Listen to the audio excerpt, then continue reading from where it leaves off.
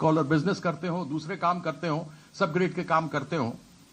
इन्होंने कहा कि ये 2000 लोग जो मरे, ये ममता बंदोपाध्याय बनर्जी बताना चाहती हैं कि ये बंगाली बोलने वाले ये बंगाली थे, ये बंगाली नहीं थे, ये बांग्लादेशी थे। यानी जो भी व्यक्ति यहां से बाहर जाता है वह बांग्लादेशी बन जाता है। दूसरी बात, अमित शाह से यही मैं जानना चाहता हूं कि अमित शाह ये तो बताओ तड़ीपार मास्टर कि अगर यह बांग्लादेशी थे तो तुमने एक भी नाम क्यों नहीं बताया कि तुमने बांग्लादेशी पकड़ा है?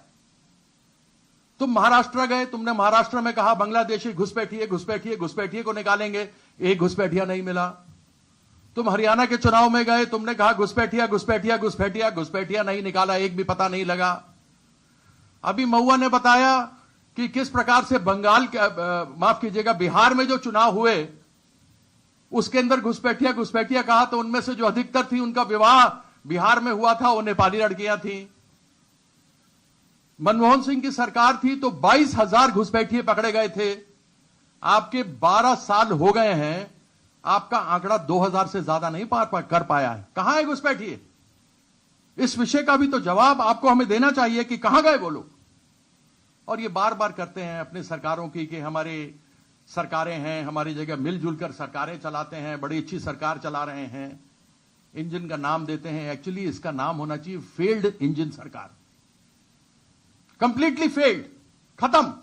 मैं 3 बार सांसद रहा दरभंगा से। दरभंगा मतलब होता है गेटवे ऑफ बंगाल, दरिबंगो, बंगाल का गेटवे। हमारे कोकिल कवि विद्यापति जी जिनके गाने यहां गाए जाते हैं, उनका वो मेरे घर से ही 30 किलोमीटर दरभंगा में रहते हैं। मैं आपको दरभंगा का एक उदाहरण देता हूं। हालांकि 20 साल से ये फेल्ड सरकार, इंजन की सरकारें हैं यहां। वहां हत्या, फरोती, अभी तो बता ही दिया आपको कि क्राइम जो मर्डर होते हैं महिलाओं के, उनमें बिहार का नाम 2 नंबर पर है। उसी प्रकार से जो अपहरण महिलाओं के होते हैं उसमें 3रे नंबर पर है। जो दहेज डाउरी का केस होता है उसमें बिहार 2रे नंबर पे है। यह फेल्ड इंजन की सरकार जो 20 सालों से चल रही है। मेरा भी एक क्षेत्र है जो मैंने 2014 में, एक उदाहरण केवल आपको दे रहा हूं, I am giving you just one example, कि मैंने 2014 में एम्स, 2015 में AIIMS, all India institute of medical sciences अपने क्षेत्र के लिए पास करवाया। एक बार यहां तक तो प्रधानमंत्री जी ने कह दिया कि बन के तैयार हो गया, तो हमको ले जाकर वीडियो खिंचवाना पड़ा कि वहां पर कुछ नहीं था, चौर था, सिर्फ पानी बह रहा था और कुछ नहीं था। लेकिन एक उपलब्धि रही है इस नरेंद्र मोदी की सरकार की, जो ये बोलते हैं कि हमारे जहां जहां सरकार होती है हम बड़ा विकास करते हैं। वहां पर एक गेट बना है एम्स के सामने इन 12 सालों के अंदर। एक गेट है सिंपल, उसका दाम कितना है? 18 करोड़। मैं इस गारंटी से कह सकता हूं उस गेट को मैं 18 लाख रुपए में बनवा सकता हूं। 18 करोड़ का गबन इन लोगों ने इस प्रकार से किया है। यह गबन एक बार नहीं, हजारों बार होता रहता है।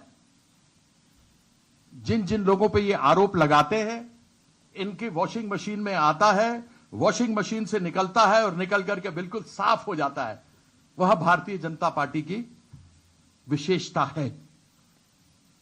इन्होंने महिला सुरक्षा के बारे में कहा। ये एनसीआरबी जो इनकी अपनी सरकार के डाटा है सितंबर 2023 का, उसमें उन्होंने अंग्रेजी में बताया था और बांग्ला बताया। मैं आपको हिंदी में बता दूं कि महिलाओं के खिलाफ उत्पीड़न यानी अत्याचार यानी क्राइम, यूपी 1 नंबर पर है, 66,381 केसेस।